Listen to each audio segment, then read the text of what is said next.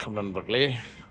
இந்த வெள்ளை வேட்டியின் வணக்கம் வணக்கம் வணக்கம். இப்போ நான் ஹாங்காங் ஏர்போர்ட்டில் இருக்கேன். ஒரு மணி நேரத்துக்கு முன்னாடி சென்னையிலேருந்து வந்த ஃப்ளைட்டில் இறங்கி இப்போ அடுத்த ஃப்ளைட்டு எனக்கு ஹாங்காங்லேருந்து சான் ஃப்ரான்சிஸ்கோவுக்கு 1:30 மணிக்கு. இப்போ மணி 10 மணி ஆகுது. அதனால் வெயிட் பண்ணுறேன் ஏர்போர்ட்டில். அதுக்கு முன்னாடி உங்கள்கிட்ட பேசுகிறேன். ஹாங்காங் ஏர்போர்ட் ரொம்ப சூப்பராக இருக்குது. கிளைமேட் ரொம்ப அருமையாக இருக்குது.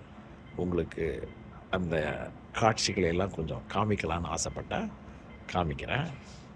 அதை காமிச்சிட்டு நான் ஹாங்காங்கிலேருந்து சான் ஃப்ரான்சிஸ்கோ போய் இறங்கினதுக்கப்புறம் உங்களுக்கு அங்கே இருக்கிற காட்சிகளையும் காமிக்கிறேன். இந்த வெள்ளை வேட்டி விளக்கெண்ணையின் வணக்கம் வணக்கம் வணக்கம். இப்போது சென்னை ஃப்ளைட்லேருந்து இறங்கி ஹாங்காங் ஏர்போர்ட்டுக்குள்ளே நுழைஞ்சனா, ஏர்போர்ட்டுக்குள்ளே நுழைஞ்ச உடனே எந்த பக்கம் போகிறதுன்னு தெரியல. அப்போது ஒரு சைன் போர்டு இருந்தது, ட்ரான்ஸ்ஃபர் பேகேஜ் கிளைம் இமிக்ரேஷன். அதாவது நான் ஹாங்காங்கை சுற்றி பார்க்க போகிறேன் அப்படின்னா இமிக்ரேஷன் போயிட்டு பேகேஜ் கிளைம் எடுத்துகிட்டு போகணும். ஆனால் நான் அடுத்த ஃப்ளைட்டை பிடிச்சி சான் ஃப்ரான்சிஸ்கோ போகணும். அதனால் நான் ட்ரான்ஸ்ஃபர்ங்கிற ஆப்ஷனில் போகணும். அந்த மாதிரி போய் ஒரு ஸ்க்ரீன் இருக்கும். அந்த ஸ்க்ரீனில் அந்த சான் ஃப்ரான்சிஸ்கோ போகிற ஃப்ளைட்டு எந்த கேட்டில் இருக்குது அப்படின்னு பார்த்துட்டு அந்த கேட்டுக்கு போகணும். இந்த தொல்லையெல்லாம் வேண்டான்னு சிலர் என்ன பண்ணுவாங்கன்னா, சென்னையிலேருந்து கிளம்பும் போதே வீல் சேர் ஆப்ஷன் போட்டுருவாங்க. நமக்கு அது தேவையில்லைங்க, நானே பார்த்துட்டு போயிடுவேன்.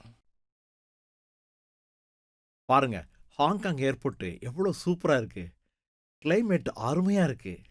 அதாவது இந்த பனியும் மலையும் ஒன்றுக்கொன்று நீ தொடறியா இல்லை நான் தொடவா அப்படின்னு பேச்சுவார்த்தை நடந்துக்கிட்டு இருக்கு. இதுக்கு இடையில ஒரு ஃப்ளைட்டு வேறு டிஸ்டர்ப் பண்ணுது. இந்த நேரம் எஸ்பி பாலசுப்ரமணியம் இருந்தாருன்னா ஒரு நல்ல பாட்டு பாடியிருப்பார். இந்த விளக்கெண்ணையே ஒரு பாத்ரூம் பாடகர் தான். அதனால் ட்ரை பண்ணலாமா? பனி விழும் மலர்வனம், உன் பார்வை ஒரு வரம், பனி விழும் மலர்வனம்.